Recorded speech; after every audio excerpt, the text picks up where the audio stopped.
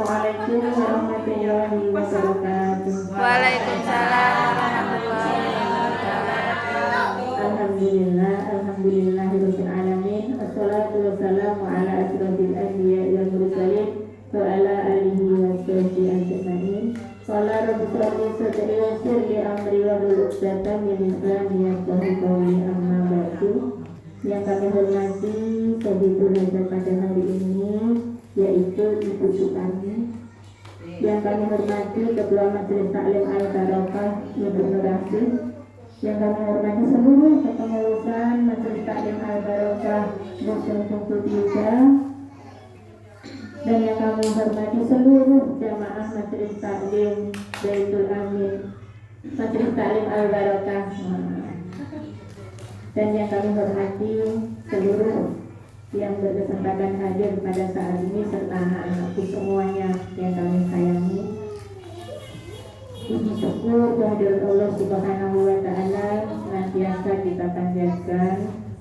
Alhamdulillahirabbil alamin, kita senantiasa dalam rahmat, taufik, hidayah dan inayahnya Allah Subhanahu wa Ta'ala, berupa kesehatan, keselamatan, kenikmatan iman, kenikmatan Islam, kesempatan bisa menghadiri pengajian yang mulia ini dalam keadaan sehat walafiat. Salawat dan salam tetap diabadikan kepada junjungan kita Nabi besar Muhammad sallallahu alaihi wasallam. Allahumma shalli ala Muhammad wa ala ali Muhammad. Semoga kita bersama tergolong orang-orang yang akan mendapatkan syafaat kelak di yaumul qiyamah. Amin ya rabbal alamin. Yang berbahagia, kita berada di sini selain tolakul ilmi, yaitu yang pertama dengan niat tujuan arwah dari keluarga Mbak Sukarni yang telah tertulis di bawah ini. Semoga Allah Subhanahu wa Ta'ala mengampuni segala dosa-dosanya dan diberikan tempat yang layak di sisi Allah Subhanahu wa Ta'ala. Amin ya rabbal alamin. Selain dalam tahlilan arwah, kita doakan bersama-sama terkhusus kepada Mbak Sukarni. Semoga Allah Subhanahu wa Ta'ala selalu memberikan kesehatan, keselamatan, panjang umur, memudahkan seluruh urusannya baik di dunia maupun kelak di yaumul qiyamah. Amin. Begitu juga selain daripada itu semua, kita berdoa bersama-sama. Yang pertama khusus untuk ahli kubur kita bersama yang sudah mendahului kita. Semoga arwah dari keluarga kita bersama Allah Subhanahu wa Ta'ala mengampuni segala dosa-dosanya dan diberikan tempat yang layak di sisi Allah Subhanahu wa Ta'ala. Amin. Dan kita bermunajat bersama-sama, semoga kita semuanya beserta keluarga kita semuanya Allah Subhanahu wa Ta'ala selalu memberikan kesehatan, keselamatan, dijauhkan dari bala bencana, selalu dilindungi oleh Allah Subhanahu wa Ta'ala di dunia ini hingga kelak di yaumul qiyamah. Amin ya rabbal alamin. Baik Ibu dan selaku pengurus, sebelum pembacaan bacaan khusus, saya akan menyampaikan pada hari ini yaitu tentang mandi besar. Mandi besar adalah menyiram seluruh tubuh dengan air mutlak, suci dan mensucikan. Jadi untuk mandi besar itu harus menyiram tubuh kita dengan air yang suci, tapi juga mensucikan. Karena air suci yang tidak mensucikan itu ada, yaitu kopi suci itu boleh kita minum, tapi enggak untuk mandi. Jadi kalau untuk mandi hadas besar itu harus air yang suci mensucikan. Setelah terjadinya hal-hal tertentu yang mewajibkan kita mandi. Apa yang mewajibkan kita mandi besar? Yang pertama yaitu kita sudah melakukan sesuatu hubungan suami. Yang kedua karena kita datang bulan.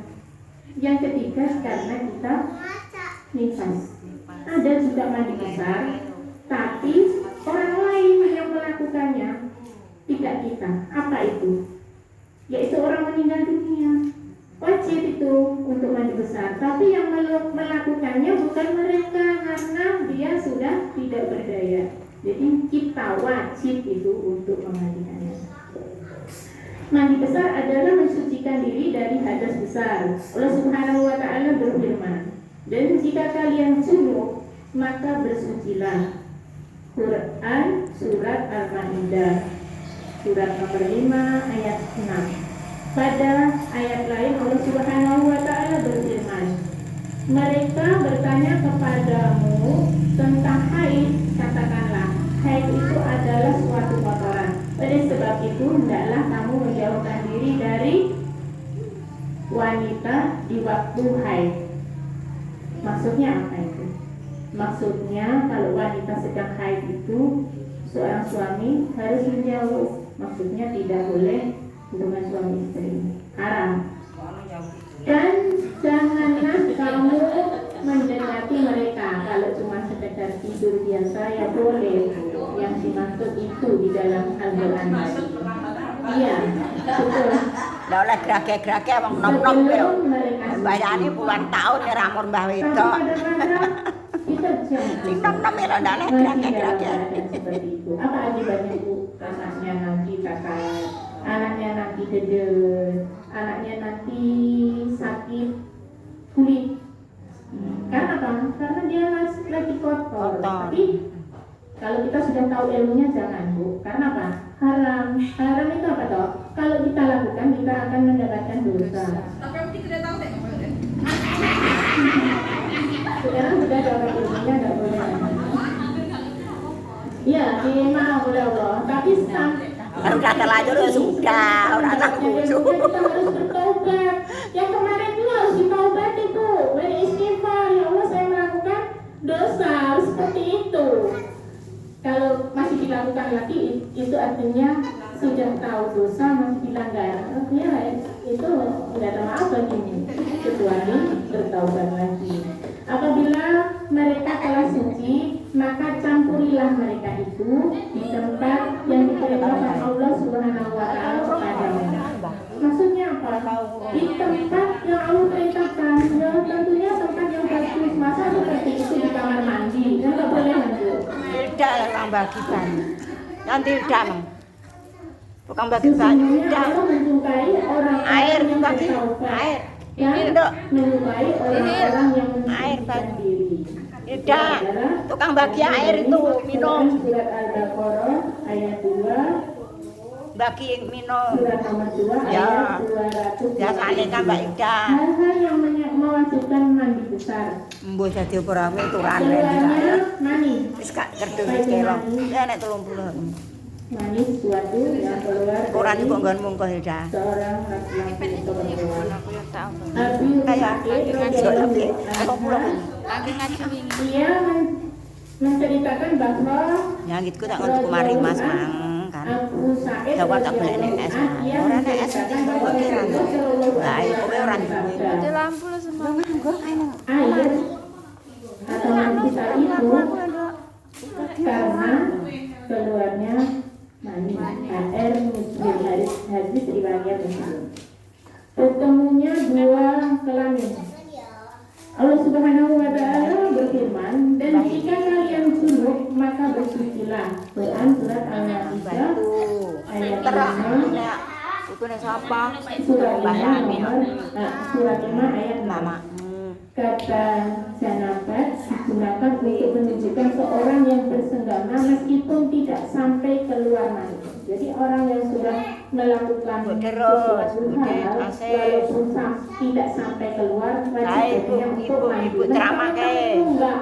Enggak lupa terus enggak keluar itu terus enggak mandi. Itu harus mandi. Pakai baju biasa lah. Ya kurang cukup banyak, Dok. Iya. Dan sebaiknya kan mandi dulu karena Bu, kita itu dalam keadaan suci. Kalau kita masih dalam keadaan belum suci, itu lebih baiknya itu yang harus dalam keadaan suci. Bangun tidur langsung mandi. Kalau suaminya mau diajak bekerja sama, artinya kalau mau itu saya siapin airnya dulu. Gitu. Apalagi dipanasin dulu. Enak nggo jenenge jami. Kan kamare mandi. Terus Mana-mana turun baju angin karek jelek le ngono maksudke. Dene bar ngono ya banyune siap banyu anget. Kuwi yang ngono. Khusus ning kamar ngene. Jika alat kelamin laki-laki masuk ke dalam wanita, Masih ada banyu masih. Masih baru berapa? masuk saja itu masih untuk mandi. Ambil asal bahan. Untuk mandi. Ambil asal. Tersentuh baru itu ada Bang. kamu. Keluar, tapi kan belum apa-apa ini udah mandi. Wajib suci dari haid Di sogok ya. Rasulullah Shallallahu Alaihi Wasallam bersabda, kenapa Fatimah radhiyallahu anha binti Abi Hurairah tinggalkanlah sholat selama hari-hari haid. Jadi orang yang lagi haid tidak wajib baginya untuk melakukan sholat. Lalu mandi dan sholatlah. Setelah mandi dan keadaan suci dari haid, barulah dia boleh melakukan sholat. Hadis riwayat Bukhari Muslim. Para sahabat sepakat ijma sahabat bahwa nifas memiliki hukum yang sama. Biar bos apa enggak ada. Tapi orang yang melahirkan itu sama hukumnya dengan orang yang Tidak, ambil sini. Ambil seperti ini kalau mau sudah ya. selesai nifasnya untuk Ya, lah. melakukan mandi besar. Mau Atau sapa? jika seorang wanita melahirkan Mawai. tanpa mengeluarkan darah, maka sebagian ulama berpendapat wajib mandi, juga boleh tidak mandi karena tidak mengeluarkan darah pada saat melahirkan. Ada dua pendapat di situ. Kita tinggal mengikuti pendapat yang mana.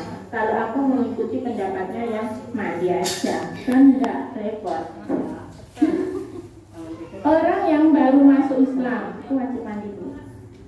Abu Hurairah radhiyallahu anhu menceritakan bahwa Sunama Al-Hanafi menjadi kawanan kaum muslimin saat pagi hari Rasulullah Shallallahu Alaihi Wasallam mendatangi dan bersabda, apa yang engkau inginkan wahai Sumama? Ia menjawab, jika engkau membunuhku maka engkau membunuh orang yang pantas untuk dibunuh, karena Sumama adalah orang yang terhormat di tengah-tengah kaumnya. Dan jika engkau membebaskan aku, maka aku akan berterima kasih. Dan jika engkau menginginkan harta kami, akan berikan sebanyak yang engkau minta. Saat itu para sahabat lebih suka jika Sumama dilepaskan dalam tebusan. Mereka berkata tidak ada manfaatnya kalau mau diberikan tebusan, tidak ada manfaatnya. Akan tetapi dia akhirnya masuk Islam. Dia dibebaskan dan diantar ke kebun. Akhirnya dia masuk Islam. Nah, setelah masuk Islam maka dia wajib untuk mandi. Jadi orang yang tadinya tidak Islam terus masuk Islam, baginya wajib mandi besar. Meninggal dunia berbeda dengan hal-hal yang telah disebutkan sebelum yang diwajibkan mandi. Tapi yang mewajibkan adalah orang yang masih hidup. Dia wajib mandi. Larangan bagi orang yang junub, orang yang punya hadas besar itu dilarang untuk melakukan sholat. Tidak boleh memegang Al-Quran, tidak boleh duduk berdiam di masjid. Akan tetapi kalau masjid sekedar lewat boleh. Dan yang lainnya ini adalah untuk orang-orang yang beribadah haji. Rukun mandi Bu, yang pertama yaitu niat. Gimana niat mandinya? Nawaitu ghusla li raf'il hadasil anil haidi, anil sinabati, anil nifasi. Jadi ada 3 macam. Kalau kita lagi melakukan sesuatu hal, yaitu nawaitu ghusla li raf'il hadasil akbari an janabati. Kalau lagi haid, nawaitu ghusla li raf'il hadasi anil haidi. fardholillahi ta'ala. Semuanya baca fardholillahi ta'ala. Kalau Kalau lagi lagi nifas, nama itu huslan birrahim jadi nifasi fardholillahi ta'ala. Jadi tergantung kebutuhan kita mau mandi itu dalam keadaan hadas apa. Kalau hadas head dikasih dengan anil haidi, kalau lagi nifas anil nifasi, kalau lagi junub anil junub. Mungkin ada pertanyaan dari ibu-ibu, itu saja yang saya sampaikan.